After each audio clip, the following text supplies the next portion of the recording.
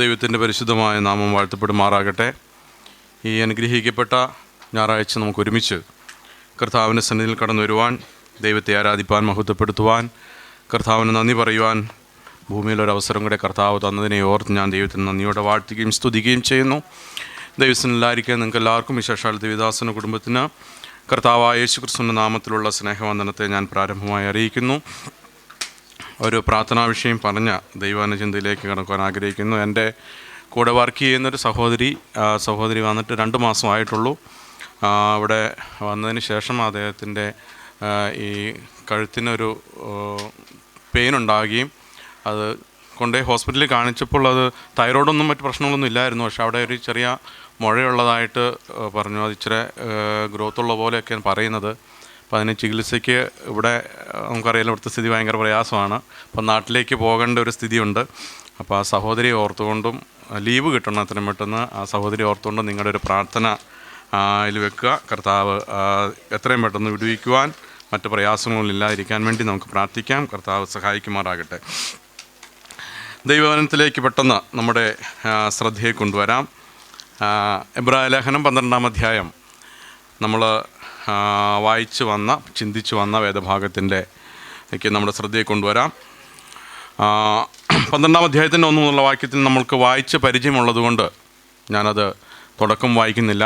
നമ്മൾ കഴിഞ്ഞ ആഴ്ച അല്ലെങ്കിൽ ലാസ്റ്റ് നമ്മൾ ചിന്തിച്ച് നിർത്തിയത് ഇങ്ങനെയാണ്: വിശ്വാസത്തിൻ്റെ നായകനും പൂർത്തി വരുത്തുന്നവനുമായ യേശുവിനെ നോക്കുക, അല്ലേ? അവിടെയാണ് നമ്മൾ പറഞ്ഞു നിർത്തിയതെന്ന് കാണാൻ സാധിക്കും.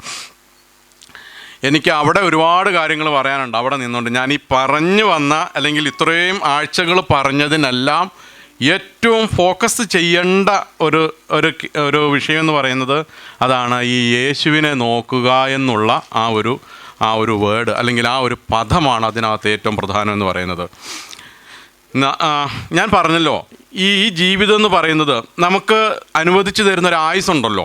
നമുക്ക് 60, 50, 70 എത്രയാകട്ടെ, 90, 100, അതിന് നിങ്ങൾ ഇഷ്ടമുള്ള വയസ്സ് വരെ നിങ്ങൾ വെച്ചോളൂ. ആ വയസ്സ് വരെ ദൈവം നമുക്ക് ഈ തരുന്ന ആയുസ് എന്തിനാണെന്നറിയോ? ശരിക്കും ഈ നമ്മുടെ കണ്ണ്, നമ്മുടെ ഈ എന്താ പറയുക, നമ്മുടെ നോട്ടം ക്രിസ്തുവിലൊന്ന് സെറ്റ് ചെയ്യാൻ വേണ്ടിയിട്ടാണ് ഈ ആയുസ് നമുക്ക് തരുന്നത്. അതിൻ്റെ ഏക ഉദ്ദേശം എന്ന് പറയുന്നത് അത്രേ ഉള്ളൂ. നമ്മുടെ കണ്ണ് എന്ത് ചെയ്യണം? യേശുവിലേക്കൊന്ന് ചെയ്യണം. ഏതോ ഒരു വേർഷൻ ബൈബിളിൽ കിടക്കുന്നത് വെച്ചാൽ fix your eyes on Christ എന്നാണ് കൊടുത്തിരിക്കുന്നത്. നിങ്ങളുടെ കണ്ണ് എന്ത് ചെയ്യുക? ക്രിസ്തുവിലേക്ക് ഫിക്സ് ചെയ്യുക. അതൊരു ഏത് വേർഷനാണ് ഞാൻ മറന്നുപോയി. ബൈബിളിൻ്റെ ഒരുപാട് ട്രാൻസ്ലേഷൻ ഉള്ളതിനകത്ത് നമ്മുടെ അതിനകത്ത് നോക്കുക എന്നുള്ളതാണ് മലയാളത്തിൽ വെച്ചിരിക്കുന്നത്. ചില ബൈബിളിനകത്ത് പിന്നെ ലുക്കപ്പോൺ, അല്ലേ, അതാണ് പറഞ്ഞിരിക്കുന്നത്. ഫിക്സ് പറഞ്ഞിരിക്കുന്നത്. നിങ്ങൾ നോക്കിയേ, ആ വാക്ക് തന്നെ എടുക്കുക. ഫിക്സ്, ഒരു കാര്യം ഒന്ന് ഫിക്സ് ചെയ്യാനായിട്ട് നമ്മളല്ലേ അത് ചെയ്യാനായിട്ട് നമ്മൾ കുറച്ച് സമയമെടുക്കും. നമുക്കിപ്പോൾ ഒരു എന്താ പറയുക, ഒരു ഉദാഹരണം ഞാനങ്ങ് പറയാം. നമ്മുടെ വീട്ടിൽ, നമ്മുടെയൊക്കെ നാട്ടിൽ TV പണ്ട് ഈ ആൻറ്റിന കഴിഞ്ഞിട്ടൊരു ഡിഷ് ആൻറ്റിന വന്നല്ലോ നമ്മൾ. അപ്പോൾ ഈ ഡിഷ് ആൻറ്റിന എല്ലായിടത്തും ഒന്നും കൊണ്ടുപോയി വെക്കാനായിട്ട് എന്ത് ചെയ്യത്തില്ല, പറ്റത്തില്ല. അപ്പോൾ അതിന് വരുന്ന ആൾ ആദ്യം എന്ത് ചെയ്യും? മൊത്തം നമ്മുടെ പ്രിമൈസസ് മൊത്തം ഒന്ന് നോക്കും, അതിൻ്റെ എവിടെയാണ് കറക്റ്റ് സിഗ്നൽ ഉള്ളത്, മറ്റ് തടസ്സങ്ങളില്ലാത്തത്. അങ്ങനെ അദ്ദേഹം വന്ന ഉടനെ ഇതെല്ലാം കൂടെ സെറ്റ് ചെയ്ത് എവിടെയെങ്കിലും ഇരിക്കട്ടെ എന്ന് പറഞ്ഞ് വെക്കുമല്ലേ ചെയ്യുന്നത്. ശരിക്കും ആലോചിച്ച് നന്നായി നോക്കിയതിന് ശേഷമാണ് എന്ത് ചെയ്യുന്നത്? ഫിക്സ് ചെയ്യുന്നത്. അതെന്തുകൊണ്ട് അങ്ങനെ ഫിക്സ് ചെയ്യാനുള്ള കാരണം, ഇത്രയും പണി അദ്ദേഹം ചെയ്യാനുള്ള കാരണം എന്തായിരിക്കും? എന്തുകൊണ്ടായിരിക്കും അങ്ങനെ ചെയ്യുന്നത്? നിങ്ങളൊന്ന് പറഞ്ഞേ. ഒന്ന് മെയിനായിട്ട് സിഗ്നൽ കിട്ടുക എന്നുള്ളത് ഒന്നാമത്തെ. അതിനേക്കാൾ എല്ലാം വലുതെന്ന് പറയുന്നത് സിഗ്നൽ കിട്ടുക എന്നുള്ള അതിനകത്ത് പ്രധാനം. പക്ഷേ ഇത് ഇടയ്ക്കിടയ്ക്ക് എന്ത് ചെയ്യാൻ പറ്റത്തില്ല, മാറ്റിക്കൊണ്ടിരിക്കാൻ പറ്റത്തില്ല, അല്ലേ? ഇതൊന്ന് എവിടെയെങ്കിലും ഒന്ന് വെച്ച് കഴിഞ്ഞാൽ എന്ത് ചെയ്യണം? അവിടെ ഇരിക്കണം സ്ഥിരമായിട്ട്. അതിനുള്ള തടസ്സങ്ങൾ വരാതിരിക്കും. ഇപ്പോൾ ഇത് എവിടെ കൊണ്ടുവച്ചാലും സിഗ്നൽ കിട്ടും, അത് വേറെ കാര്യം. പക്ഷേ മറ്റ് തടസ്സങ്ങളൊന്നും വന്ന് ഇനി ഇതിവിടെ നിന്ന് എന്ത് ചെയ്യരുത്, മാറ്റരുത്. അപ്പോൾ ഇത് വെക്കുന്നതിന് മുമ്പ് എന്ത് ചെയ്യും? ശരിക്കും നന്നായിട്ട് സ്റ്റഡി നടത്തി അതിന് പ്രോപ്പറായ ഒരു സ്ഥലത്ത് കൊണ്ടുപോയി വെച്ച് കഴിഞ്ഞാൽ പിന്നെ അവിടെ എന്താണത്? അത് സ്ഥിരമാണ്. ഇതേ കാര്യം തന്നെയാണ് ഇവിടെ എബ്രായ ലേഖനകർത്താവ് പറഞ്ഞിരിക്കുന്നത്. നിങ്ങൾ വിശ്വാസ ജീവിതത്തിൽ ഓടാനിറങ്ങുമ്പോൾ നിങ്ങൾ എന്ത് ചെയ്യണം? ആദ്യം ശരിക്കൊന്ന് നോക്കണം, ചുറ്റുമെല്ലാം നോക്കണം. എല്ലാവരെയും നോക്കിയിട്ട് നിങ്ങൾ മനസ്സിലാക്കണം, എന്താ? എൻ്റെ കണ്ണ് എവിടെയാണ് ഫിക്സ് ചെയ്യേണ്ടത് എന്നുള്ളത്. അതെവിടെയായിരിക്കണം?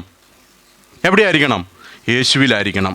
ഇനി അവിടെ ഫിക്സ് ചെയ്താൽ പിന്നെ അതിനെന്തുണ്ടാകാൻ പാടില്ല? ഒരു മാറ്റമുണ്ടാകാൻ പാടില്ല. അതിനൊരു മാറ്റമുണ്ടാകാൻ പാടില്ല. ഒരുപാട് ഡിസ്ട്രാക്ഷൻസ് വരും. നമ്മളിപ്പോൾ ഈ ഓട്ടത്തോട് ബന്ധപ്പെട്ടാണല്ലോ വരുന്നത്. ചുറ്റുപാടുള്ള പലതും നമ്മൾ കേൾക്കും, പല ശബ്ദങ്ങൾ കേൾക്കും, പലരും കൈയടിക്കുന്നത് കേൾക്കും, പലരും ഒച്ചയെടുക്കുന്നത്, പലരും കൂകുന്നത് കേൾക്കും. പല വിധത്തിലുള്ള എന്താ പറയുക, നമ്മുടെ ശ്രദ്ധയെ തെറ്റിക്കാനായിട്ടുള്ള പല സംഭവങ്ങൾ എന്തു ചെയ്യും? ചുറ്റുപാടും ഉണ്ടാകും. പക്ഷേ നമ്മൾ കണ്ണെവിടെ ആയിരിക്കണം? എപ്പോഴും കർത്താവിങ്കിലായിരിക്കണം നമ്മുടെ കണ്ണെന്ന് പറയുന്നത്. യേശുവിങ്കിലായിരിക്കണം നമ്മുടെ കണ്ണെന്നുള്ളതാണ് ഏറ്റവും പ്രധാനപ്പെട്ടൊരു കാര്യം. അതാ ഞാൻ ആദ്യം പറഞ്ഞത്, നമ്മുടെ ഈ ജീവിതത്തിനകത്ത് ഒരു എക്സ്പീരിയൻസ് ആണ്. അത് നമ്മൾ എന്താ പറയുക, എക്സ്പീരിയൻസ് മാത്രമല്ല, അത് ട്രെയിനിങ്ങും കൂടെ ഉൾപ്പെടുന്നൊരു കാര്യമാണ്. നമ്മുടെ കണ്ണ് ആരിൽ വെക്കാനുള്ളത്? കർത്താവിങ്കിൽ വെക്കാനുള്ളത്. എപ്പോഴൊക്കെ വെക്കാം നമുക്ക്? ദുഃഖം വരുമ്പോൾ ആരിലേക്ക് നോക്കണം? കർത്താവിലേക്ക് നോക്കണം. നഷ്ടങ്ങൾ വരുമ്പോൾ ആരിലേക്ക് നോക്കണം? യേശുവിലേക്ക് നോക്കണം. ഇച്ഛാഭംഗങ്ങൾ, ആഗ്രഹിച്ചത് നടക്കാതെ വരുമ്പോൾ ആരിൽ നോക്കാൻ പറ്റണം? കർത്താവിലേക്ക് നോക്കാൻ പറ്റണം. എല്ലാവരും കുറ്റപ്പെടുത്തുമ്പോൾ, ആരും ഒപ്പമില്ലാതിരിക്കുന്ന സമയങ്ങൾ വരുമ്പോഴും ആരിലായിരിക്കണം കണ്ണ്? കർത്താവിലേക്ക്. അതുകൊണ്ടാണ് പറഞ്ഞിരിക്കുന്നത്, നിങ്ങൾ ആരെ നോക്കണം? യേശുവിനെ നോക്കണം. വിശ്വാസത്തിൻ്റെ നായകനും പൂർത്തി വരുത്തുന്നവനുമായ യേശുവിനെ നോക്കണം. ഈ ലൂക്കോസിൻ്റെ സുവിശേഷത്തിൽ യേശുവിനെ നോക്കുന്നതിനോട് ബന്ധപ്പെട്ട ഒരു കാര്യം കൂടെ പറഞ്ഞ് ഞാൻ വരാം. ലൂക്കോസിൻ്റെ സുവിശേഷത്തിൽ യേശുവിനെ ക്രൂശിക്കുന്ന സംഭവങ്ങൾ നമുക്ക് കാണാനായിട്ട് കഴിയുന്നുണ്ട്. അപ്പം ക്രൂശിൽ കിടക്കുന്ന സമയത്ത് യേശുവിനെ നടുക്ക് ക്രൂശിച്ചിരിക്കുന്നു, ഇരു കള്ളന്മാരെ ഇടതും വലതുമായിട്ട് ക്രൂശിച്ചിരിക്കുന്നു. അപ്പോൾ ചുറ്റും പടയാളികളുണ്ട്, ദൂരെ മാറി നിന്ന് വീക്ഷിക്കുന്ന പൊതുജനമുണ്ട്, അകലെ ഒളിഞ്ഞു നിന്ന് നോക്കുന്ന യേശുവിൻ്റെ ശിഷ്യന്മാരുണ്ട്, അത് ബന്ധുക്കളുണ്ട്, അങ്ങനെ പലരുമുണ്ട്. ഒരു വലിയ വ്യത്യസ്ത തലത്തിലുള്ള സമൂഹം ഇങ്ങനെ ഈ ക്രൂശിലെ യേശുവിനെ നോക്കിക്കൊണ്ടിരിക്കുകയാണ്. ഇങ്ങനെ ക്രൂശിലെ യേശുവിനെ നോക്കിക്കൊണ്ടിരിക്കുമ്പോഴത്തേക്കും മരണത്തിൻ്റെ ഏകദേശം സമയം അടുത്ത് വന്നിരിക്കുമ്പോൾ അടുത്ത് കിടന്ന ഒരു കള്ളൻ യേശുവിനെ നോക്കിയിട്ട് പറഞ്ഞു, നീ ദൈവപുത്രനെങ്കിൽ നിന്നെ രക്ഷിക്കുക, പിന്നെ എന്ത് ചെയ്യണം? ഞങ്ങളെയും രക്ഷിക്കണം. അപ്പോൾ അവൻ യേശുവിനെ നോക്കി. അവൻ നോക്കിയത് എന്തിൻ്റെ ബേസിലാണെന്നറിയോ? സമൂഹം. ഇപ്പം ഇവനെ എന്തിൻ്റെ പേരിലാണ് അവിടെ ക്രൂശിച്ചിരിക്കുന്നത്? യേശുവിനെ എന്തിൻ്റെ പേരിലാണ് ക്രൂശിച്ചിരിക്കുന്നത്? ഇവൻ സ്വയം ദൈവപുത്രൻ എന്ന് പറഞ്ഞ്, അല്ലേ, അവൻ ദൈവത്തോട് തുല്യനാക്കിയെന്ന് പറഞ്ഞ ആ ഒരു കുറ്റത്തിൻ്റെ പുറത്താണ് യേശുവിനെ എന്ത് ചെയ്തിരിക്കുന്നത്? ക്രൂശിച്ചിരിക്കുന്നത്. അപ്പോൾ ഈ കള്ളൻ യേശുവിനെ നോക്കിയത് എന്തിൻ്റെ അടിസ്ഥാനത്തിലാണെന്നറിയോ? എന്തിൻ്റെ അടിസ്ഥാനത്തിലാണ്? പൊതുവിലുള്ള അഭിപ്രായത്തിൻ്റെ അടിസ്ഥാനത്തിലാണ്. അവൻ കേട്ടതിൻ്റെ അടിസ്ഥാനത്തിലാണ്. മറ്റുള്ളവർ പറഞ്ഞ് പരത്തിയതിൻ്റെ അടിസ്ഥാനത്തിലാണ്. മറ്റുള്ളവർ എന്തൊക്കെയാണോ പറഞ്ഞാൽ അതിനനുസരിച്ച് അവൻ യേശുവിനെ നോക്കിയിട്ട് പറഞ്ഞു, നീ അങ്ങനെ ദൈവപുത്രനാണെങ്കിൽ എന്ത് ചെയ്യുക? നീ നിന്നെയും രക്ഷിക്കണം, ഞങ്ങളെയും രക്ഷിക്കണം. എന്നാൽ അടുത്ത് നിന്ന മറ്റൊരു കള്ളൻ, അത് ഇടതും വലതും എന്നൊന്നും ബൈബിൾ പറഞ്ഞിട്ടില്ല കേട്ടോ, അതൊക്കെ നമ്മുടെ ഓരോ ഊഹാപോഹങ്ങളാണ്. അടുത്ത് കിടന്ന മറ്റേ കള്ളൻ പറഞ്ഞു, കർത്താവേ, നീ എന്ത് ചെയ്തു? ഒരു ശിക്ഷയും കൂടാതെ വണ്ണം ഇതെല്ലാം അനുഭവിക്കുന്നു, അല്ലേ? മറ്റവനോട് പറയാണ്, നമ്മളിത് ചെയ്യുന്നത് എന്താണ്? നമ്മൾ അർഹമായത്, ന്യായമായിട്ടുള്ളതാണ് എന്ത് ചെയ്യുന്നത്? അനുഭവിക്കുന്നത്. പക്ഷെ ഇവൻ ഇതൊന്നും ചെയ്യാതെ ഇവനിത് അനുഭവിക്കുന്നു.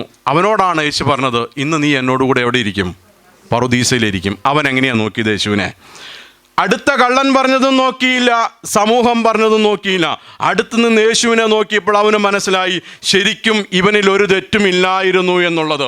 അതുകൊണ്ടാണ് അവൻ അന്ന് ആ കർത്താവിൻ്റെ രക്ഷയുടെ സാന്നിധ്യം അല്ലെങ്കിൽ ആ രക്ഷയുടെ അനുഭവം അവന് പ്രാപിച്ചെടുക്കാനായിട്ട് കഴിഞ്ഞത്. പ്രിയരെ, ഇന്ന് എനിക്കും നിങ്ങളോട് പറയുവാനായിട്ടുള്ളത് ഇത് തന്നെയാണ്. ജീവിതത്തിൽ ഏത് അവസ്ഥകളിൽ കൂടെ കയറി ഇറങ്ങിയെന്നിരിക്കട്ടെ, ഏതെല്ലാം അഭിപ്രായങ്ങൾ ആരെല്ലാം ചുറ്റും മാറ്റിയെന്നിരിക്കട്ടെ, പക്ഷേ കർത്താവിലേക്ക് വെച്ചിരിക്കുന്ന കണ്ണിന് മാറ്റം വരാതിരുത്താൻ നിങ്ങൾക്ക് കഴിഞ്ഞിട്ടുണ്ടെങ്കിൽ അവിടെയാണ് ദൈവത്തിൻ്റെ പ്രവൃത്തിയെ വേണ്ടവണ്ണം നമുക്ക് ആസ്വദിക്കുവാൻ, അനുഭവിക്കുവാനായിട്ട് കഴിയുന്നത് എന്നുള്ളത് നമ്മൾ മനസ്സിലാക്കേണ്ടത് ആവശ്യമാണ്. ആരെയും നോക്കാതെ, ആരുടെ പ്രേരണയും കൂടാതെ യേശുവിലേക്ക് നോക്കാനായിട്ട് കഴിയുന്ന ഒരു ജീവിതം, അതിനാണ് ഈ ആയുസ് നമുക്ക് തന്നിരിക്കുന്നത്. അതിനുവേണ്ടിയാണ് ഈ സൗകര്യങ്ങളൊക്കെ കർത്താവ് നമുക്ക് തന്നിരിക്കുന്നത്. അതിനാണ് ഈ രക്ഷയുടെ അനുഭവം ദൈവം നമുക്ക് തന്നിരിക്കുന്നത് എന്നുള്ള യാഥാർത്ഥ്യം നാം തിരിച്ചറിയേണ്ടത് ആവശ്യമാണ്. യേശുവിനെ നോക്കുക. എന്തിനു വേണ്ടി? അവനാണ് ഇത് തുടങ്ങിയിരിക്കുന്നത്, നമ്മളെ വിളിച്ചിരിക്കുന്നത്. ഇതിൻ്റെ ഓതർ ആൻഡ് ഫിനിഷർ എന്നാണ് പറഞ്ഞിരിക്കുന്നത്. തുടങ്ങിയത് ഇവനാണ്. എവിടെ അവസാനിക്കണം? കർത്താവിൽ തന്നെ അവസാനിക്കണം. ഇനി അടുത്ത ഭാഗത്തിലേക്ക് വരാം. യേശുവിനെ നോക്കുക. ഇനി യേശുവിനെ നോക്കുമ്പോൾ എന്താണ് കാണുന്നത്? തൻ്റെ മുമ്പിൽ വെച്ചിരുന്ന സന്തോഷമോർത്ത് അവൻ എന്തു ചെയ്തു? അപമാനം അലക്ഷ്യമാക്കി ക്രൂശിനെ സഹിക്കുകയും ദൈവസിംഹാസനത്തിൻ്റെ വലതുഭാഗത്തിരിക്കുകയും ചെയ്തു. ഇനി യേശുവിനെ നോക്കിയപ്പോൾ പൗലോസ് പറയുകയാണെങ്കിൽ, എബ്രായ ലേഖനകർത്താവ് പറയുകയാണ്, നോക്കിക്കേ, അവൻ എന്തുകൊണ്ടാണ് യേശുവിനെ നോക്കുമ്പോൾ കാണുന്നൊരു പ്രത്യേകത, യേശു തൻ്റെ മുൻപിൽ വെച്ചിരുന്ന സന്തോഷം ഓർത്ത് അവൻ എന്തു ചെയ്തു? അപമാനം അലക്ഷ്യമാക്കി ക്രൂശിനെ സഹിക്കുകയും ദൈവസിംഹാസനത്തിൻ്റെ വലതുഭാഗത്ത് ഇരിക്കുകയും ചെയ്തു. എൻ്റെ ചോദ്യം, എന്തായിരുന്നു യേശുവിൻ്റെ മുൻപിൽ വെച്ചിരുന്ന സന്തോഷം എന്ന് പറയുന്നത്? എന്തായിരുന്നു യേശുവിൻ്റെ മുമ്പിൽ വെച്ചിരുന്ന സന്തോഷം?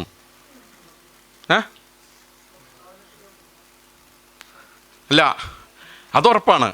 അതുറപ്പാണ്. എന്തായിരുന്നു? ഈ ക്രൂശിൽ കടന്ന് അതാ കണ്ടാൽ മനുഷ്യനല്ല എന്ന് തോന്നുമാറ് ആകെ വിരൂപനായ ഒരു മനുഷ്യൻ യേശു കർത്താവ്. വേദന, കഠിനമായ വേദന, ഒറ്റപ്പെടൽ, ഇതെല്ലാം സഹിച്ച് ക്രൂശിൽ കിടക്കുമ്പോൾ സന്തോഷിക്കുകയാണ്. ആ സന്തോഷത്തിൻ്റെ കാരണമെന്ന് പറയുന്നത് എന്തായിരുന്നു? ഒന്നേ ഉള്ളൂ. അത് നമുക്ക് കാണണമെങ്കിൽ നമ്മൾ യെശയ്യാ പ്രവചനത്തിലേക്ക് വരണം. യെശയ്യാ പ്രവചനം 53-ാം അധ്യായത്തിലേക്ക് വരുമ്പോൾ അതിൻ്റെ 8 മുതലുള്ള വാക്യം ഒന്ന് വായിച്ചേ. യെശയ്യാ പ്രവചനം 53-ന്റെ 8 മുതലുള്ള വാക്യം.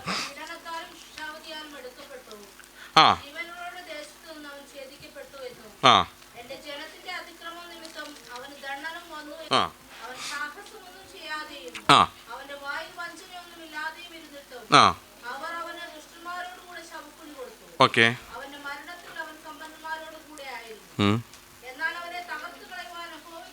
അവിടെ നോക്കണം കേട്ടോ.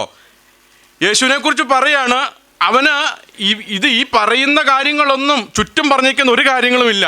പക്ഷെ എന്നാലും അവനെ തകർത്ത് കളയാൻ അവന് ഇഷ്ടം തോന്നി. ആ ഇഷ്ടം തോന്നിയുള്ള വാക്ക് ഒന്ന് റൗണ്ടിലിട്ട് വെച്ചോ, ഞാൻ അതിനെക്കുറിച്ച് പറയാം. ഇഷ്ടം തോന്നി.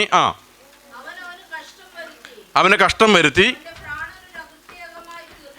അകൃത്യയാഗമായി, ആ വാക്ക് ഒന്ന് ഓർത്ത് വെക്കണം കേട്ടോ. അവൻ്റെ പ്രാണൻ ഒരു അകൃത്യയാഗമായി തീർന്നിട്ട് അവൻ സന്തതിയെ കാണുകയും ദീർഘായുസ് പ്രാപിക്കുകയും യഹോവയുടെ ഇഷ്ടം അവൻ്റെ കയ്യാൽ സാധിക്കുകയും ചെയ്യും. ഓക്കെ, ഇനി ഞാൻ പറഞ്ഞ 2 കാര്യങ്ങൾ ഇവിടെ നിങ്ങൾ നോക്കിയേ. യേശുവിൻ്റെ ക്രൂശീകരണത്തെക്കുറിച്ച് പറഞ്ഞു വരുന്ന കാര്യമാണ്, പ്രവചനമാണ്. മുന്നേ പറഞ്ഞിരിക്കുന്ന യെശയ്യാ പ്രവാചകൻ മുൻകൂട്ടി പ്രവചിച്ചിരിക്കുന്ന കാര്യമാണ്. ആ പ്രവചിച്ചിരിക്കുന്ന കാര്യത്തിനകത്ത് പറയുകയാണ്, അവനെ തകർത്ത് കളയാൻ ആർക്കിഷ്ടം തോന്നി? യഹോവയ്ക്ക് ഇഷ്ടം തോന്നി, ദൈവത്തിന് ഇഷ്ടം തോന്നി. ആ വാക്ക് നിങ്ങളൊന്ന് ശ്രദ്ധിച്ച് നോക്കിയേ. ആരെ തകർക്കാൻ? സ്വന്തം പുത്രനെ. അപ്പോൾ ഇനി എൻ്റെ ചോദ്യം, ഈ പുത്രനേക്കാളും ദൈവത്തിന് ഇഷ്ടം തോന്നിയത് ആരോടായിരിക്കാം? നമ്മളോടാണ്. അതാ ഞാൻ പറഞ്ഞത്, അവൻ ഇഷ്ടം തോന്നി. ഏത്? ഇവനെ തകർത്ത് കളയാൻ ഇഷ്ടം തോന്നി. എന്ത് ചെയ്തിട്ട്? ഒരു കുറ്റവും ചെയ്യാതിരുന്നിട്ടും. അത് മുകളിൽ നമ്മൾ വായിക്കുന്നുണ്ട്. ഒരു കുറ്റവും ചെയ്യാതിരുന്നിട്ടും അവനെ തകർത്ത് കളയാൻ യഹോവയ്ക്ക് എന്ത് ചെയ്തു? ഇഷ്ടം തോന്നി. അപ്പോൾ ഈ ക്രൂശിൽ കിടക്കുന്ന ആ വേദനയുണ്ടല്ലോ, ആ അനുഭവം എന്ന് പറയുന്നത് പിതാവിൻ്റെ ഇഷ്ടമായിരുന്നു. എന്തിഷ്ടം? നമ്മളോടുള്ള ഇഷ്ടം, തൻ്റെ സൃഷ്ടികളോടുള്ള അവൻ്റെ ഇഷ്ടമായിരുന്നു അതിനെല്ലാം കാരണം. എന്നിട്ട് പറയാണ് ആ വാക്യം നമ്മളവിടെ കാണാൻ, അവന് ഇഷ്ടം തോന്നി. പിന്നെ എന്ത് ചെയ്തു?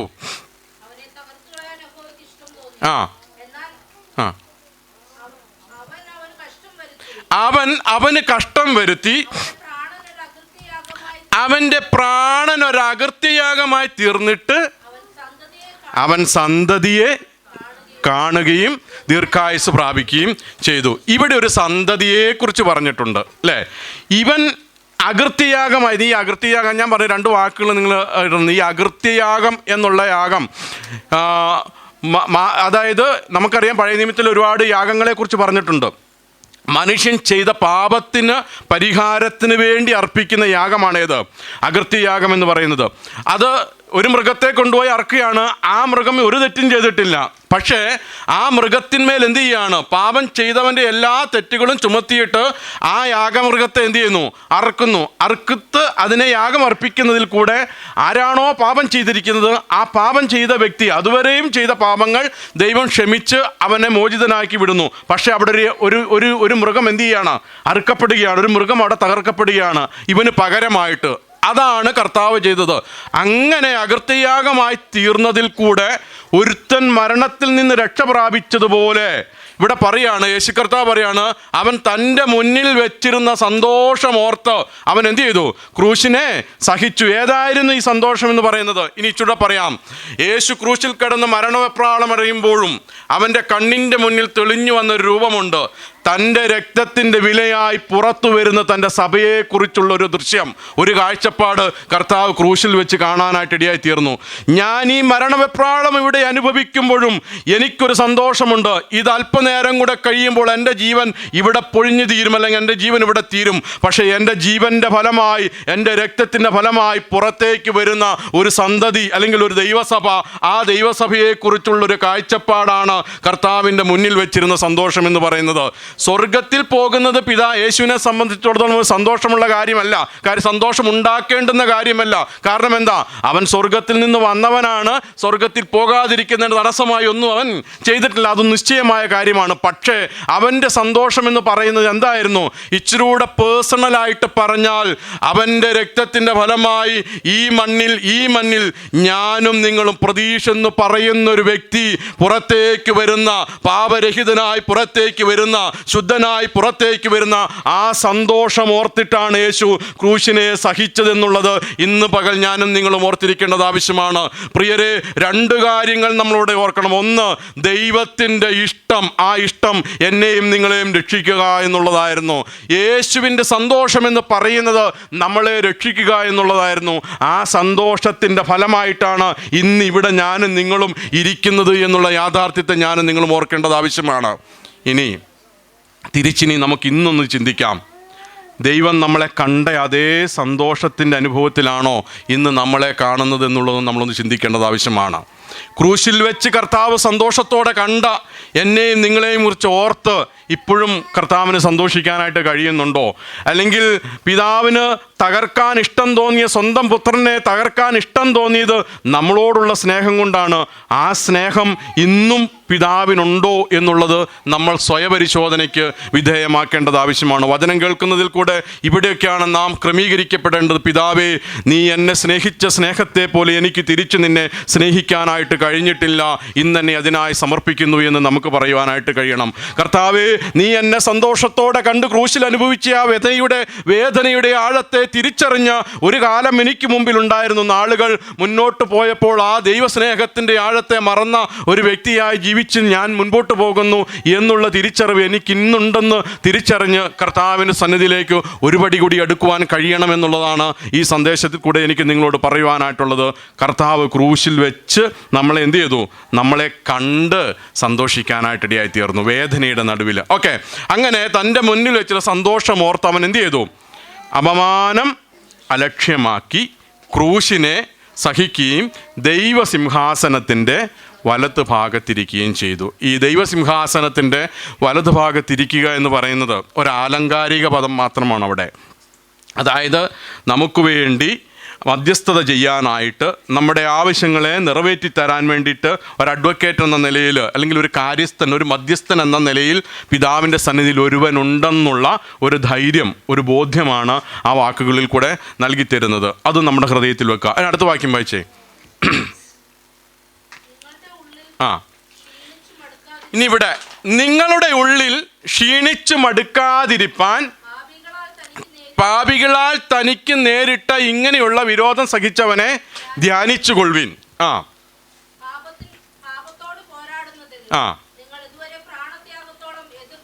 പാപത്തോട് പോരാടുന്നതിന് നിങ്ങൾ ഇതുവരെ പ്രാണത്യാഗത്തോളം എതിർത്ത് നിന്നിട്ടില്ല. ഓക്കെ, മതി അവിടെ മതി. അവിടം വരെയാണ് നമ്മൾ വായിച്ചിട്ടുള്ളത്. അത് നമ്മുടെ ഭാഗമുള്ളൂ. അവിടെ നിന്ന് നമുക്ക് നിർത്താം. ഇനി ഇവിടെ നിങ്ങളുടെ ഉള്ളിൽ ക്ഷീണിച്ച് മടുക്കാതിരിപ്പാൻ, ഇത് ആരോടാ പറയുന്നത്? ആരോടാ ഇത് പറയുന്നത്? ആരോടാ പറയുന്നത് ക്ഷീണിച്ചു മടുക്കരുതെന്ന്? നമ്മൾ ഈ വായിച്ച് ചിന്തിച്ചു വന്ന ഈ ഭാഗങ്ങളിൽ നിന്നുകൊണ്ട് ആരോടാ പറയുന്നത്? നമ്മളോടെന്നുള്ളത് ഇച്ചിരൂടെ പേഴ്സണലാണ്. നമ്മൾ ആ കോണ്ടക്സ്റ്റിൽ നിന്നുകൊണ്ടൊന്ന് പറഞ്ഞു നോക്കിയേ. ആരോടാ? ഓട്ടക്കാരോടാണ് പറയുന്നത് അല്ലേ? അതാണല്ലോ നമ്മൾ തുടങ്ങി വരുന്നത്. ഓട്ടം ഓടുന്നവനോടാണ് പറയുന്നത്. നിങ്ങളുടെ ഉള്ളിൽ എന്ത് ചെയ്യരുത്? ക്ഷീണിച്ച് മടുക്കരുത്. ഈ ക്ഷീണവും മടുപ്പൊക്കെ ആർക്കുള്ളതാണ്? ഓടുന്നവർക്കുള്ളത് തന്നെയാ അല്ലേ? നിങ്ങൾ ഈ നന്നായിട്ട് ഓടുന്ന ലോകത്തിലെ ഏറ്റവും സ്പീഡ് ഏറിയ ഓട്ടക്കാരൻ എന്നറിയപ്പെടുന്നത് ഉസൈൻ ബോൾട്ടാണ് അല്ലേ? വേറെ ആൾ മാറി വന്നതെന്ന് എനിക്കറിയത്തില്ല. നമ്മുടെ ഈ അടുത്ത ഉസൈൻ ബോൾട്ടാണ്. ഉസൈൻ ബോൾട്ട് രാവിലെ തൊട്ട് വൈകുന്നേരം വരെ നിർത്താണ്ട് ഓടുമോ? ഇല്ല. 100 മീറ്റർ അല്ലെങ്കിൽ പുള്ളിയുടെ ഒരു ടാർഗറ്റ് ഉണ്ട്. അവനോട് മാരത്തോൺ ഓടാൻ പറഞ്ഞു കഴിഞ്ഞാൽ ഉസൈൻ ബോൾട്ട് എന്ത് ചെയ്യത്തില്ല? ഓടത്തില്ല. പുള്ളി സ്പ്രിൻ്റാണ്. പുള്ളിക്ക് ഷോർട്ട് ദൂരം മാത്രമേ പുള്ളിക്ക് ഓടി തീർക്കാനായിട്ട് പറ്റത്തുള്ളൂ. അതിനുള്ള കപ്പാസിറ്റിയെ പുള്ളിക്ക് ഉള്ളൂ. പക്ഷേ ഈ മാരത്തൺ ഓടുന്നവനോട് 100 മീറ്റർ ഓടാൻ പറ്റില്ല. അവനത് പറ്റില്ല. അവന് ഫെയിലാവും അല്ലേ? അപ്പോൾ ശരിക്കും ഓടുന്നവൻ എന്തുണ്ടാവും? ക്ഷീണം ഉണ്ടാകും. നിങ്ങളുടെ ഉള്ളിൽ ക്ഷീണം, മടുപ്പും എന്താണ്? സ്വാഭാവികമാണ്. മടുപ്പും സ്വാഭാവികമാണ്. അതാണ് ഈ അതുകൊണ്ടാണ് ഞാൻ പറഞ്ഞത് ഇത് വളരെ കീ പോയിൻ്റാണ് ഇനി ഇവിടെ ഉള്ളത് കേട്ടോ. നിങ്ങളുടെ ഉള്ളിൽ ക്ഷീണിച്ച് മടുക്കാതിരിപ്പാൻ ബൈബിൾ പറഞ്ഞിട്ടില്ല നിങ്ങൾ ക്ഷീണിച്ച് മടുക്കാൻ പാടില്ല എന്ന് പറഞ്ഞിട്ടുണ്ടോ? ഇല്ല. അത് പറ്റില്ലെന്നുള്ള കാര്യം ദൈവത്തിന് അറിയാം. മനുഷ്യനാണ് നമ്മൾ അല്ലേ? നമുക്ക് ക്ഷീണങ്ങൾ വരും, മടുപ്പിൻ്റെ അനുഭവങ്ങളൊക്കെ വരും. പക്ഷേ ഇതൊരു ശീലമാക്കി മാറ്റരുത്. അതാണ് ബൈബിൾ ഉദ്ദേശിക്കുന്നത്. ക്ഷീണം തോന്നുമ്പോൾ ആരെ നോക്കണം? യേശുവിനെ നോക്കണം. മടുപ്പ് വരും, അതൊരു സ്വാഭാവികമാണ്. കുറേ കഴിയുമ്പോഴത്തേക്കും ഇതന്നെ എന്നും നമ്മൾ പോകുന്ന ചർച്ച്, അവിടെ പോകുമ്പോൾ എന്താണ് അടവി തിരക്കലിനിടയിൽ അത് തന്നെ കൈയടി കാട്ടും. പിന്നെ അത് തന്നെ പാസ്റ്റർ വരുന്നു, രണ്ടുപേർ പ്രാർത്ഥിക്കാൻ പറയുന്നു, രണ്ടുപേർ സാക്ഷ്യം പറയാൻ പറയുന്നു. അല്ല, സാക്ഷ്യത്തിന് പിന്നെ അങ്ങനെയില്ല. സങ്കീർത്തനം വായിക്കുന്നു, പറയുന്നു, സാക്ഷ്യം പറയുന്നു. ഇത് തന്നെ എന്നും ഇത് തന്നെ. ഇതിനകത്ത് ഇപ്പം തന്നെ പ്രത്യേകിച്ചുള്ള കുറേ കഴിയുമ്പോഴത്തേക്കും നമുക്ക് തോന്നുന്നു മടുപ്പ് നമുക്ക് ഉണ്ടാകും. അത് ചർച്ചിൽ ആരാധനയോടുള്ള ബന്ധത്തിൽ. ഇനി ആത്മീയതയോടുള്ള ബന്ധത്തിൽ പലതിലും നമുക്ക് എന്ത് തോന്നും? ഇങ്ങനെ മടുപ്പ് തോന്നും. ഈ മടുപ്പിനെ തിരിച്ചറിയാതിരിക്കുന്നതാണ് എന്തെന്ന് പറയുന്നത്? മരണമെന്ന് പറയുന്നത്. നമുക്ക് തിരിച്ചറിവില്ല. കാരണം അതിനെയാണ് ഈ ആത്മീക മരണമെന്ന് ഉദ്ദേശിക്കുന്നത്. അവിടെയാണ്. അവൻ ഡെത്തായി പോയി. ഇവനൊന്നും തിരിച്ചറിയുന്നില്ല. അത്തവനൊന്നും അറിയാൻ പാടില്ലല്ലോ. പുള്ളി അറിയുന്നില്ല ഞാൻ ജീവിച്ചിരിപ്പുണ്ടോ, എനിക്ക് ശ്വാസമുണ്ടോ, ഞാൻ മരിച്ചോ, ഇതൊന്നും പുള്ളി അറിയുന്നില്ല. അങ്ങനെ എന്ത് ചെയ്യുന്നു? പോകുന്നു. ഓരോ ഒഴുക്കിനങ്ങോട്ട് പോകുന്നു. ഒരു തൻ്റെ ചുറ്റുപാടുകളെക്കുറിച്ച് ഒരു ബോധവും ഇല്ലാതിരിക്കുന്നതാണ് ഈ ആത്മീക മരണമെന്നുകൊണ്ട് ഉദ്ദേശിക്കുന്നത്. കർത്താവ് ഈ മനുഷ്യനെ ആദ്യം സൃഷ്ടിച്ച് തോട്ടത്തിലാക്കിയിട്ട് ദൈവം പറഞ്ഞു, ഞാൻ നിന്നോട് പറയുന്നു ഈ തോട്ടത്തിന് നടുവിലെ വൃക്ഷത്തിൻ്റെ ഫലം നിങ്ങൾ എന്ത് ചെയ്യരുത്? തിന്നരുത്. തിന്നുന്ന നാളിൽ നിങ്ങൾ മരിക്കും. ആരെങ്കിലും മരിച്ചോ അവിടെ? ആരും മരിച്ചില്ല. പിന്നെ അവിടെ പണിക്കുന്ന അല്ലേ എത്ര വർഷങ്ങളോ ജീവിച്ചിരുന്ന് മക്കളും കൊച്ചുമക്കളും ഒക്കെ ഉണ്ടായി. മരിച്ചിട്ടൊന്നുമില്ല അവിടെ. പക്ഷെ എന്ത് മരണം നടന്നവിടെ? ആത്മീക മരണം നടന്നു. പിതാവിൽ നിന്ന് അകന്നുപോയി. അതുവരെ ഉണ്ടായിരുന്ന ദൈവിക കമ്മ്യൂണിക്കേഷൻ, അതാണ് ശരിക്കും ജീവൻ എന്ന് പറയുന്നത്. വെയിലാറുമ്പോൾ തോട്ടത്തിലേക്ക് ആര് വരുന്നു? ദൈവം വരുന്നു. ദൈവവും മനുഷ്യനും തമ്മിലുള്ളൊരു കമ്മ്യൂണിക്കേഷൻ, ഒരു ബന്ധം അല്ലേ? ആ ബന്ധത്തെയാണ് ആത്മീക ജീവിതം, ആത്മീകത എന്ന് പറയുന്നത്. ദൈവവും മനുഷ്യനുമായിട്ടുണ്ടാകുന്ന ബന്ധം. ആ ബന്ധം നഷ്ടപ്പെട്ടു പോയി. മനുഷ്യൻ എന്ത് ചെയ്തു? ദൈവം വന്നപ്പോൾ ഓടി ഒളിച്ചു. എവിടെയാ? പിന്നീട് തിരികെ ആ തോട്ടത്തിലേക്ക് വരാൻ മനുഷ്യൻ നൂറ്റാണ്ടുകളെടുത്തു, കാലങ്ങളെടുത്തു, പല പ്രവൃത്തികളിൽ കൂടി പോകേണ്ടി വന്നു. അതിൻ്റെ ഒറ്റ കാരണമുള്ള ഒറ്റ ഡിസൊബീഡിയൻസ്, ഒറ്റ അനുസരണക്കേട്. ആ അനുസരണക്കേടിൽ കൂടെ ദൈവത്തിൽ നിന്ന് എന്ത് ചെയ്തു? അകന്നുപോയി. അപ്പോൾ ഈ മരണം സംഭവിക്കുക എന്ന് പറയുന്നത് ഈ കൂട്ടായ്മയുടെ സ്വാദ്, ടേസ്റ്റ്, ഇതൊന്നും നമ്മളെ ബാധിക്കുന്നില്ലെങ്കിൽ, ഒരു പ്രാർത്ഥനയ്ക്ക് പോകാൻ പറയുമ്പോഴത്തേക്കും നമുക്ക് പറയാം അതിനെ ഒരു അലസ മനോഭാവത്തോടെയാണ് നമുക്ക് കാണാൻ പറ്റുന്നതെങ്കിൽ ചെറിയൊരു മരവിപ്പ് എന്ത് ചെയ്തിട്ടുണ്ട്? അല്ല, നിങ്ങൾക്ക് ഇതിനോടൊന്നും യോജിക്കാനായിട്ട് പറ്റുന്നില്ലേ? അങ്ങനെ തന്നെയാണ്. അല്ലെങ്കിൽ നിങ്ങളിന് വേറൊരു അങ്ങനെയാണ്. നമുക്ക് ഈ ഈ ഞായറാഴ്ച നമുക്ക് പിന്നെ ഈ ഞായറാഴ്ച ആരാധനയുള്ളൂ വലുതെന്ന് പറയുന്നത്. അതിന് പറ്റി ബാക്കിയുള്ളതൊക്കെ നമ്മൾ പിന്നെ പേര് കൊടുത്തിട്ടിരിക്കുക. ഞാനത് ആദ്യം പറഞ്ഞാണല്ലോ അല്ലേ? ബൈബിൾ പറഞ്ഞിരിക്കുന്നത് സഭായോഗങ്ങൾ എന്ത് ചെയ്യരുത്. അത് പണ്ട് നമ്മുടെ കാരണവന്മാർ അതിന് സഭായോഗം എന്നുള്ളത് ഞായറാഴ്ച അങ്ങോട്ട് ആക്കിയിട്ട് പേരങ്ങ് ഇട്ട് വീണു. അതിനങ്ങ് പ്രയോറിറ്റി ഇട്ട് കൊടുത്തു. അപ്പം നമുക്കിപ്പം സഭായോഗം ഏതേ ഉള്ളൂ? സൺഡേ മാത്രമേ ഉള്ളൂ. ബാക്കിയുള്ളതൊന്നും എന്തല്ല. സഭായോഗം എന്ന് പറഞ്ഞാൽ അങ്ങനെയല്ല. ഈ സഭ എന്ന് പറഞ്ഞിരിക്കുന്നത് എക്ലീഷ്യ എന്നുള്ള പദമാണ്. അതിനർത്ഥം എന്ന് പറഞ്ഞു കഴിഞ്ഞാൽ ഈ വീണ്ടെടുക്കപ്പെട്ടവരൊക്കെ കൂടി വന്നിരിക്കുന്നത് എവിടെയോ, എപ്പം കൂടി വന്നാലും കർത്താവ് പറഞ്ഞു, ഒന്നോ രണ്ടോ പേർ എൻ്റെ നാമത്തിൽ എവിടെ കൂടിയാലും അവരുടെ മധ്യേ ഞാനുണ്ട്. കർത്താവിന് വരാൻ ബുദ്ധിമുട്ടില്ല, നമ്മൾ രണ്ടുപേർ കൂടി അവിടെ കർത്താവുണ്ട്. ഈ മധ്യത്തിലാകേണ്ടത് കൊണ്ടാണ് രണ്ടുപേരെ പറഞ്ഞിരിക്കുന്നത്. ഒരാളിരുന്നിട്ട് അതിൻ്റെ മധ്യ വരാനായിട്ട് പറ്റുമോ കർത്താവിന്? പറ്റുമോ? ഇല്ല. അപ്പോൾ അതുകൊണ്ടാണ് ഞാൻ നിങ്ങളിൽ വസിക്കുന്നു എന്ന് പറഞ്ഞിരിക്കുന്നത്. ഈ മദ്യം എന്ന പദം ഉപയോഗിച്ചിരിക്കുന്നതുകൊണ്ടാണ് ഒന്നോ രണ്ടോ പേരെ എൻ്റെ നാമത്തിൽ എവിടെ കൂടിയാലും അവരുടെ മധ്യേ ഞാനുണ്ടെന്ന് പറഞ്ഞിരിക്കുന്നത്. അപ്പോൾ ഈ ദൈവനാമത്തിൽ കൂടുന്ന എല്ലാ കൂട്ടായ്മകളും എന്താണ്? സഭായോഗങ്ങളാണ്. എല്ലാ കൂട്ടായ്മകളും സഭായോഗങ്ങളാണ് ദൈവനാമത്തിൽ. ആ കൂട്ടായ്മകൾ എന്ത് ചെയ്യരുതെന്ന് പറഞ്ഞിരിക്കുന്നത്? ഉപേക്ഷയായിട്ട് വിചാരിക്കരുത്. അപ്പം ഞാൻ പറഞ്ഞു വരുന്നത്, നമുക്ക് കൂട്ടായ്മകളോട് ഒരു അലസ മനോഭാവമുണ്ടെങ്കിൽ, ഒരു വിരസ മനോഭാവം ഉണ്ടാകുന്നുണ്ടെങ്കിൽ അതിൻ്റെ ലക്ഷണമാണ്. ഒരു ചെറിയ നമ്മുടെ ഈ ഓക്സിജൻ വെക്കേണ്ട ഒരു നിലയിലേക്കൊക്കെ നമ്മൾ പോകുന്നതിന് തുല്യമാണ്. ജീവൻ പിടിച്ചു നിർത്താം ഇനി നമുക്ക്. അപ്പോൾ അങ്ങനെ ഒരു നിലവിൽ അതിലേക്ക് പോകുന്നതിൻ്റെ തുല്യമാണ് എന്ന് നമുക്ക് കാണാൻ സാധിക്കുന്നത്. ഞാൻ പറഞ്ഞു വരുന്നത്, നമ്മുടെ ഉള്ളിൽ എന്ത് ചെയ്യാൻ പാടില്ല? ക്ഷീണിച്ച് മടുത്ത് അങ്ങനെ നമ്മൾ ഇരിക്കാനായിട്ട് പാടില്ല. അത് ബൈബിൾ അനുവദിക്കുന്നില്ല. അത് അങ്ങനെ വരാതിരിക്കാനാണ് പറഞ്ഞിരിക്കുന്നത്. ഓടുവാണോ? നിങ്ങൾക്കിതൊക്കെ വരാം, സ്വാഭാവികമായ കാര്യമാണ്.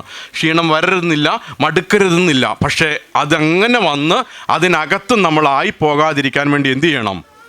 ആരെ നോക്കണം? യേശുവിനെ നോക്കണം. ഇനി ആ വാക്കിനകത്ത് തന്നെ വളരെ ചിന്തിപ്പിച്ചൊരു കാര്യം എന്നാണെന്നറിയോ? ആരെ, എങ്ങനെയുള്ള യേശുവിനെ നോക്കണം?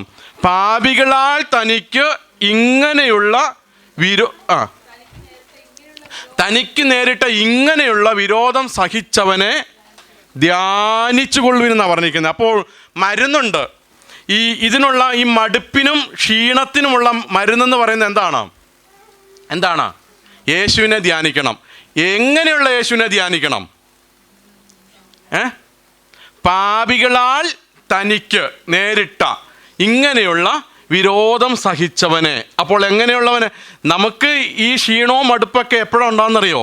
നമ്മൾ ലോകത്തോടൊരല്പം അറ്റാച്ച് ആവുമ്പോഴാണ് നമുക്ക് എങ്ങനെ വരുന്നത്? ഇതൊക്കെ ഉണ്ടാകുന്നത്. ലോകത്തോട് അറ്റാച്ച് ആവുന്ന സമയങ്ങളിലാണ് നമുക്ക് ഈ മടുപ്പൊക്കെ വരുന്നത്. അത് ലോകത്തോട് ബന്ധപ്പെട്ട്, പാപത്തോട് ബന്ധപ്പെട്ട്, പാപികളോട് ബന്ധപ്പെട്ടുണ്ടാകുന്നതാണ് ഇതൊക്കെ.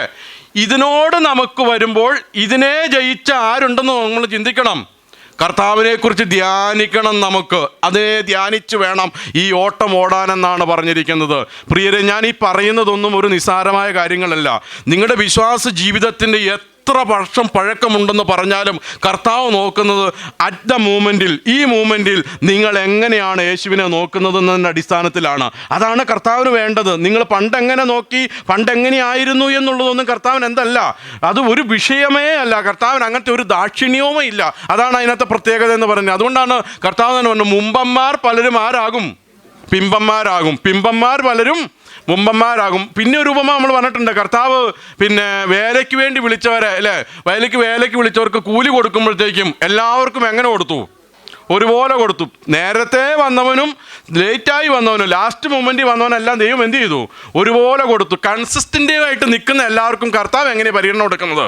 ഒരേപോലെയുള്ള, പണ്ട് വന്നവനെന്നോ ഇപ്പം വന്നവനെന്നോ എന്നുള്ള പരിഗണന കർത്താവ് കൊടുക്കുന്നില്ല. യേശുവിനെ നിങ്ങൾക്ക് നോക്കാനായിട്ട് കഴിയുക. എങ്ങനെ? ക്ഷീണിച്ച് മടുക്കാതിരിപ്പാൻ യേശുവിനെ ധ്യാനിക്കുക, കർത്താവിനെ ധ്യാനിക്കുക. ഇതൊരു ഡെയിലി എക്സ്പീരിയൻസ് ആണ്. ഇത് പ്രാക്ടീസ് ചെയ്യുന്ന കാലത്തോളമേ നമ്മൾ ഒരു ബലമുള്ള ഒരു ഓട്ടക്കാരനാകുന്നുള്ളൂ, അല്ലെങ്കിൽ നമ്മളൊരു ഊർജ്ജസ്വലനായ ഒരു ഓട്ടക്കാരനാകുന്നുള്ളൂ എന്നുള്ള യാഥാർത്ഥ്യം നമ്മൾ തിരിച്ചറിയേണ്ടത് ആവശ്യമാണ്. ഇവിടെയാണ് പലപ്പോഴും പലരും ഫെയിലാകുന്നത്. ഈ ഒരു പോയിന്റിലാണ് ഓട്ടത്തിൽ ഫെയിലാകുന്നത്. കാര്യം എന്താണെന്നറിയാമോ? നമ്മൾ യേശുവിൽ നിന്ന് മാറി നമ്മുടെ നോട്ടമൊക്കെ എവിടേക്കാകും?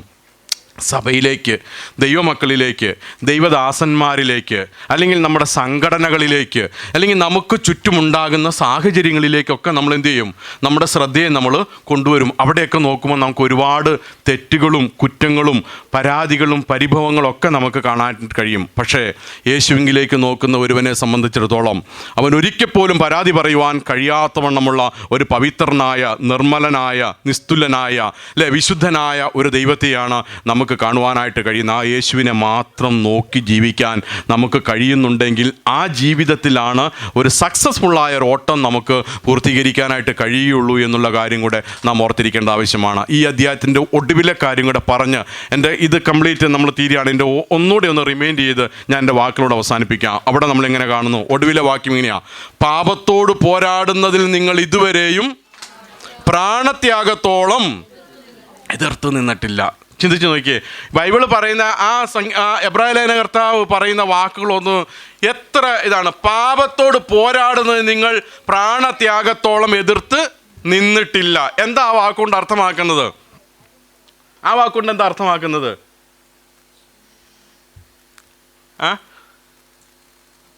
നിങ്ങളുടെ ഐഡിയ പറഞ്ഞു. ഞാൻ ഈ പിന്നെ ഒരു റേഡിയോ മാത്രം നിന്നിട്ട് കാര്യമില്ലല്ലോ. നിങ്ങൾ എന്താണ് മനസ്സിലാക്കിയിരിക്കുന്നത്? പാപത്തോട് പോരാടുന്നതിൽ നിങ്ങൾ ഇതുവരെയും പ്രാണത്യാഗത്തോളം എതിർത്ത് നിന്നിട്ടില്ല. എന്താ അതിൻ്റെ ഒരു ആകത്തുക എന്തായിരിക്കും അതുകൊണ്ട് അർത്ഥമാക്കുന്നത്?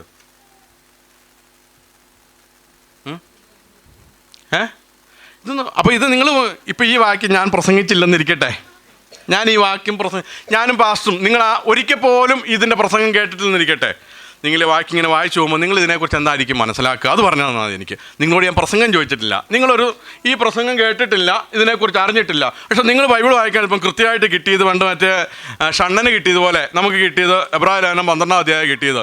ഈ വാക്യം വായിക്കുമ്പോൾ നിങ്ങൾക്ക് എന്താണ് മനസ്സിലാകുക? എന്താ? അത് വായിക്കാനോ അതോ? ശരി, അവിടെ രണ്ട് കാര്യങ്ങളാണ് പറഞ്ഞിരിക്കുന്നത്. ഒന്ന് എതിർത്ത് നിൽക്കുക.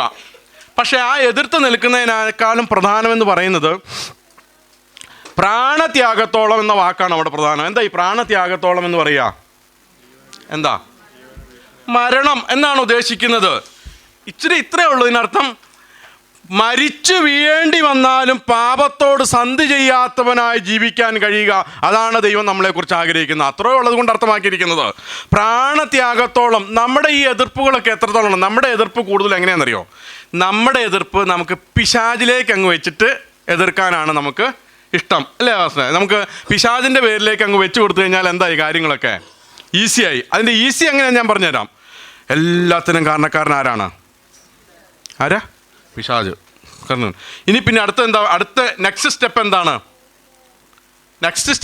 പിശാച് ആയിക്കഴിഞ്ഞാൽ പിന്നെ പറഞ്ഞോ, അതിനും പരിഹാരമില്ലേ? നിങ്ങളുടെ കാര്യമൊക്കെ നോക്കട്ടോ, ഇത് ഭയങ്കര പ്രശ്നം തന്നെയാണ്. അതിന് സ്റ്റെപ്പുണ്ട്. പിശാചിൻ്റെ മുകളിൽ വെച്ച് കഴിഞ്ഞാൽ പിന്നെ അടുത്ത് എന്താണ്? പിന്നെ ഉപവാസ പ്രാർത്ഥന. അത് തന്നെ, ഉപവാസ പ്രാർത്ഥന. ഉപവാസം എത്ര ദിവസം വെക്കാം? ദിവസം നിങ്ങൾ തീരുമാനിച്ചോളൂ. ഇനി ഉപവാസം വെച്ചാൽ മാത്രം മതിയോ? പോരാ. അതിനകത്ത് ആര് വരണം?